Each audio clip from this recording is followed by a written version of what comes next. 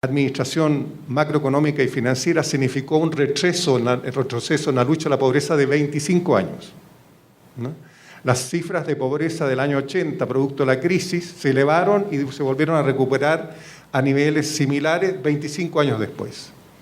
Eso es una lección de América Latina fundamental y, en consecuencia, una de las cosas que hemos aprendido es que la seguridad social y su financiamiento tiene relación con la situación macroeconómica, pero no puede deteriorarla, y a la vez los manejos macroeconómicos no debieran deteriorar el financiamiento de la seguridad social.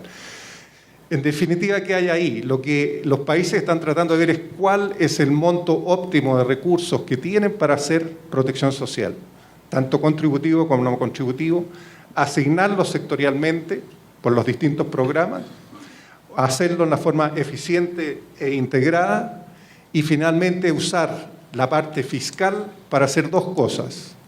Uno, asegurarse de que lo que uno demanda del presupuesto fiscal no va a desestabilizar las economías. Segundo, de que lo que está recibiendo del presupuesto fiscal es suficiente para el financiamiento estable de la seguridad social. Y tercero, que con ese financiamiento se pueden hacer los desarrollos institucionales que hemos estado hablando, fundamentalmente la articulación entre lo privado y lo privado.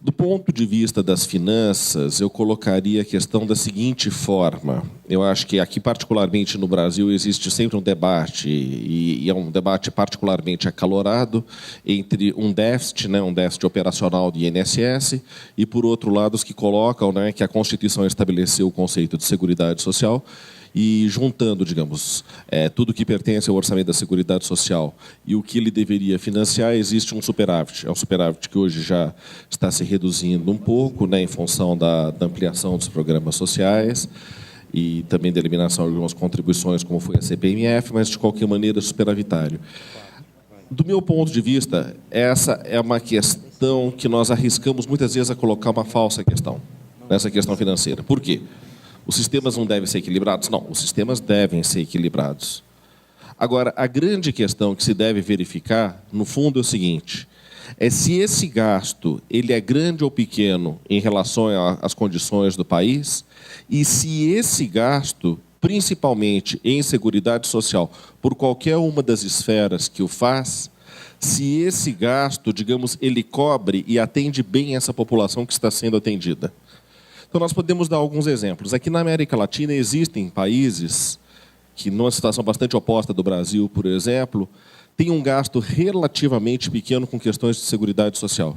Esse gasto relativamente pequeno com situações de seguridade social significa que a família ou o mercado precisam empreender um esforço maior para sustentar essa pessoa. E na América Latina, como o papel dos mercados nessa área, mesmo com as reformas paradigmáticas, nunca atingiu uma proporção importante, isso significa que é um ônus para as famílias, uma dificuldade financeira para as famílias.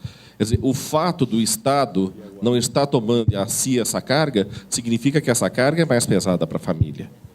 Então, quer dizer, quando nós fazemos um balanço, eu acho que talvez a metodologia que hoje a OCDE usa, né, de verificar se é um gasto público, se é um gasto privado, ou se é um gasto assim, privado, mas de origem filantrópica ou familiar, né, out of pocket, né, como se discute muitas vezes no caso da saúde, é uma maneira interessante. O que nós precisamos ver não é simplesmente quanto o Estado gasta, mas é quanto a sociedade precisa alocar para aquela política, e se alocada para aquela política, se isso está sendo feito de maneira eficiente, se alocações alternativas não teriam um resultado mais eficiente. Então, a mim me parece que um dos grandes debates, de grande dificuldade nas Américas, na América Latina em particular, mas acho que nos Estados Unidos nós veríamos alguns reflexos desse debate também, seria esse. Do ponto de vista da estruturação da Seguridade Social, eu acho que as inovações mostraram um grande sucesso. Programas, assim, principalmente os programas universais ou focalizados, né, financiados por impostos, foram, assim, a grande novidade dos últimos tempos, dos mais recentes aqui do milênio, vamos dizer assim, na América Latina, e foram elas que permitiram, o caso brasileiro é muito particular nesse sentido, reagir à crise econômica internacional e reagir de maneira bastante brilhante. O que não significa que a fatura esteja ganha. O que não significa que a partida esteja ganha. Por quê? A partida não está ganha porque ainda permanecem nos planos de benefícios, na forma de organizar as contribuições, sistemáticas antigas. Nós protegemos ainda muito determinados segmentos da população, segmentos esses nós podemos pensar em pessoas que recebem pensões por morte, nós podemos pensar em problemas administrativos aí nas questões das aposentadorias por invalidez, nós podemos pensar em pessoas que ainda se aposentam muito cedo, e que é uma proteção indevida, e, por outro lado, você tem esquemas ainda extremamente rígidos para lidar com questões típicas do mercado de trabalho contemporâneo. Por exemplo, a Seguridade Social, de um modo geral, na América Latina muito particularmente, ela ainda não focaliza a possibilidade da pessoa se licenciar, por exemplo, na metade da vida, promover um curso, promover uma qualificação, e poder, por exemplo, se aposentar mais tarde, mas vir para o mercado de trabalho de maneira mais produtiva e mais reciclada. Da mesma maneira, nós ainda somos muito duros com determinados problemas que nós temos, digamos assim, do ponto de vista desse mercado de trabalho. De um modo geral, o seguro-desemprego ele é muito severo, ele não cobre as necessidades do desempregado. E mesmo a questão de fixação de idade mínima, por exemplo, ainda pode ser um problema, dependendo da sociedade ou da região. Por exemplo, a fixação de uma idade mínima muito alta é inócua. Por quê? Porque essa pessoa ou não vai conseguir emprego na sua idade mais avançada, ou muitas vezes não tem uma condição de saúde que permita atingir essa idade mais avançada. Então, eu diria que ajustes de sintonia fina e de entender o que é a nova família, o que é o novo mercado também, a nova sociedade e tudo isso que está sendo determinado são questões fundamentais. E, embora nós tenhamos começado a lidar, e principalmente por um lado importante, que é de atender os mais pobres e talvez alguns dos mais necessitados, é uma tarefa que ainda está se iniciando. Não é uma tarefa que já tenha sido levada a cabo com bom êxito.